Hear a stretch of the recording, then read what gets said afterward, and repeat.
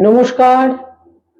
2025 April 2025 সালের April মাস এবং সিংহ রাশি ও সিংহ লগ্ন।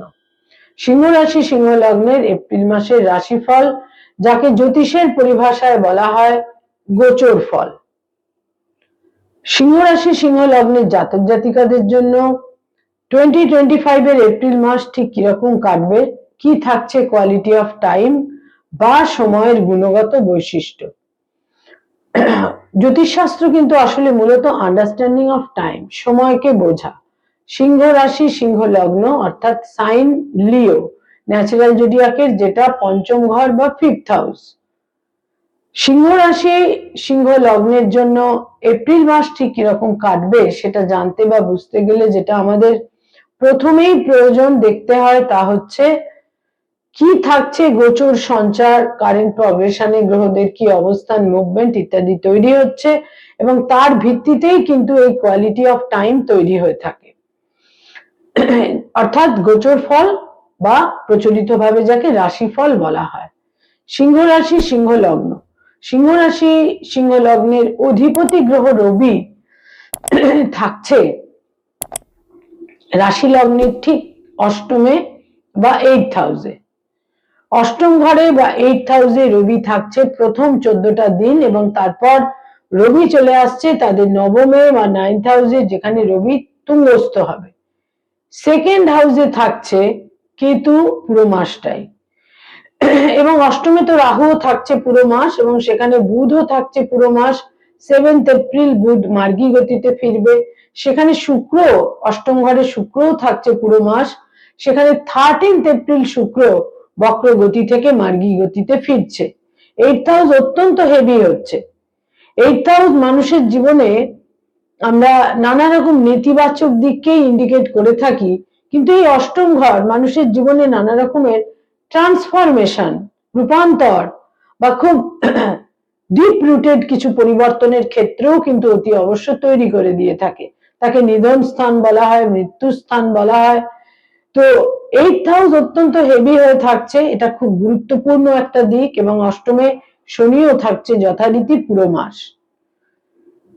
দশমে 10th হাউসে বৃহস্পতি থাকছে পুরো মাস এবং দ্বাদশে নিচ রাশিগত মঙ্গল 3rd এপ্রিল গোচর করবে এবং তারপর পুরো মাসই মঙ্গল এখানে দ্বাদশে নিচ রাশিগত হয়ে কিন্তু থাকছে। এই হচ্ছে সিংহ রাশি সিংহ লগ্নের জাতক জাতিকাদের জন্য এপ্রিল মাসের গ্রহাবস্থান।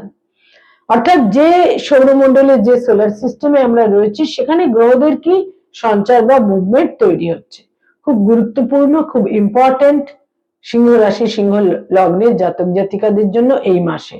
প্রথমেই বলবো হেলথ বা স্বাস্থ্য সম্পর্কে। প্রথম দুটি সপ্তাহ কিন্তু একেবারেই ফেভারে থাকছে না। চোখের সমস্যা, যাদের দীর্ঘমেয়াদী হার্টের সমস্যা রয়েছে সেখানেও কোনো অসুবিধে তৈরি হতে পারে এবং হাইপার অ্যাংজাইটি, হাইপার টেনশন এবং চেস্টের কোনো সমস্যা, শ্বাসকষ্ট জনিত সমস্যা, এই সমস্ত কিছুর সম্ভাবনা কিন্তু থাকছে। বিশেষ যত্নশীলতা প্রয়োজন।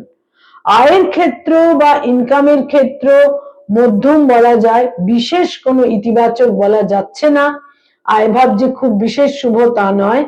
ব্যয়ভাব অতীব প্রবল থাকছে, বিভিন্ন কারণে ব্যয়, পারিবারিক কারণে ব্যয়, মানসিক একটা প্রবল অস্থিরতা থাকছে, সেই সমস্ত কারণেও কিছু অপব্যয়, অর্থ নষ্ট ইত্যাদি কিন্তু হতে পারে। যারা কোনো আইনি সমস্যার মধ্যে রয়েছেন, মামলা মোকদ্দমা লিটিগেশন, যেটা এই মুহূর্তে বহু সিংহ রাশি সিংহ লগ্নের জাতক জাতিকারা রয়েছেন, সেখানে যথেষ্ট একটা মুভমেন্ট তৈরি হবার ক্ষেত্র তৈরি হচ্ছে। সেখানে কিছুটা অ্যাগ্রাভেশন, দুশ্চিন্তা ইত্যাদির ক্ষেত্রেও কিন্তু তৈরি হচ্ছে। নতুন করে কোনো আইনি সমস্যা, পুলিশি ঝামেলা তৈরি হবার সম্ভাবনাও কিন্তু এই মাসে প্রবল ভাবে থাকছে। যারা পেরেন্টস, পিতা মাতা, তাদের জন্য বলবো এই মাসে সন্তান স্থান বেশ শুভ। সন্তানের সাফল্য, উন্নতি, অগ্রগতির ক্ষেত্র কিন্তু থাকছে। যারা ফ্যামিলি প্ল্যানিং চাইছেন এই মাস তাদের জন্য ফেভারে থাকছে। যারা কোনো দূর যাত্রা করতে চাইছেন, সেটা কোনো ধর্মীয় স্থানে ভ্রমণ হতে পারে, প্লেজার ট্রিপ হতে পারে, তাদের জন্য বলবো এই মাসে কিন্তু বিশেষ সতর্কতা প্রয়োজন। কোনো বাধা, বিঘ্ন, বিপন্নতা, চোট আঘাত ইত্যাদি কিন্তু তৈরি হতে পারে। যারা স্টুডেন্ট শিক্ষার্থী বিদ্যার্থী তাদের জন্য বলবো এই মাস কিন্তু এক্ষেত্রে বেশ শুভ, নানা রকম ভাবে শুভ ফল পাবেন। ইচ্ছা পূরণ, নিজেদের গোল বা টার্গেট সেটা অ্যাচিভ করতে পারা, এবং তার সঙ্গে সঙ্গে যারা উচ্চ শিক্ষার সঙ্গে সংযুক্ত সেখানেও যথেষ্ট সাফল্য লাভের সম্ভাবনা রয়েছে। যারা রিলেশনশিপ প্রেম প্রীতি প্রণয়ের মধ্যে রয়েছেন তাদের জন্য বলবো এই মাসে তারা বিবাহের সিদ্ধান্ত নেবার একটা সম্ভাবনা বিশেষভাবে তৈরি হচ্ছে, তারা বিবাহের সিদ্ধান্ত নিতে পারেন। এবং যারা সিঙ্গেল সেখানে এই মাসে আকস্মিকভাবে কোনো প্রেমের সম্পর্ক কিন্তু তৈরি হতে পারে। যারা অলরেডি বিবাহিত তাদের জন্য বলবো যে স্বামী বা স্ত্রীর হেলথ কোনো সমস্যার কারণ হতে পারে, হেলথের ক্রাইসিস তৈরি হতে পারে, মতভেদ মত পার্থক্য ইত্যাদিও কিন্তু তৈরি হতে পারে, এবং স্বামী বা স্ত্রীর কোনো কারণে দূরযাত্রা, বিদেশ যাত্রা, কর্মসূত্রে বা কোনো হায়ার স্টাডিজ ইত্যাদির কারণে কিন্তু দূরযাত্রা, বিদেশ যাত্রারও কিন্তু সম্ভাবনা থাকছে। যারা ডক্টর, মেডিকেল ফিল্ডে রয়েছেন, হিলিং প্রফেশনে রয়েছেন তাদের জন্য লাস্ট 2 উইকস অত্যন্ত শুভ। ভাগ্যোন্নতি, মর্যাদা বৃদ্ধি, কিন্তু প্রথম 2টি সপ্তাহ বিশেষ শুভ বলা যাচ্ছে না, সেখানে সংঘাত, কিছুটা উদ্বেগ ইত্যাদি তৈরি হতে পারে। যারা অ্যাডভোকেট, লয়ার, আইনি পরামর্শ দিয়ে থাকেন তাদের জন্য বলবো এই মাস কিছুটা উদ্বেগপূর্ণ, বিভিন্ন ভাবে যোগাযোগের ক্ষেত্রে বিচ্ছিন্নতা, যোগাযোগ প্রপার একটা ফুলফিলিং জায়গা নাও আসতে পারে, এবং বিভিন্ন ভাবে কমিউনিকেশন গ্যাপ, মিসকমিউনিকেশন, মিসআন্ডারস্ট্যান্ডিং এ সমস্ত কারণে কিছুটা বাধা বিঘ্ন ইত্যাদি তৈরি হতে পারে। তবে শেষ সপ্তাহটি তুলনামূলক শুভ। যারা মানি মার্কেটে রয়েছেন, stock market, share market, insurance, banking sector, যারা চার্টার্ড অ্যাকাউন্টেন্ট, বিভিন্ন ভাবে যারা ব্যাংকিং সেক্টর এবং এজেন্ট হিসেবে ইনভেস্টমেন্টের কাজ করিয়ে থাকেন সেখানেও বিশেষ সতর্কতা প্রয়োজন। যদিও 14 এপ্রিলের পর লাস্ট 2 উইকস আপনাদের জন্য তুলনামূলক শুভ কিন্তু থাকছে, যথেষ্ট শুভ থাকছে। ভাগ্য বৃদ্ধি এবং কর্মক্ষেত্রে প্রভাব প্রতিপত্তিও বৃদ্ধি পাবে।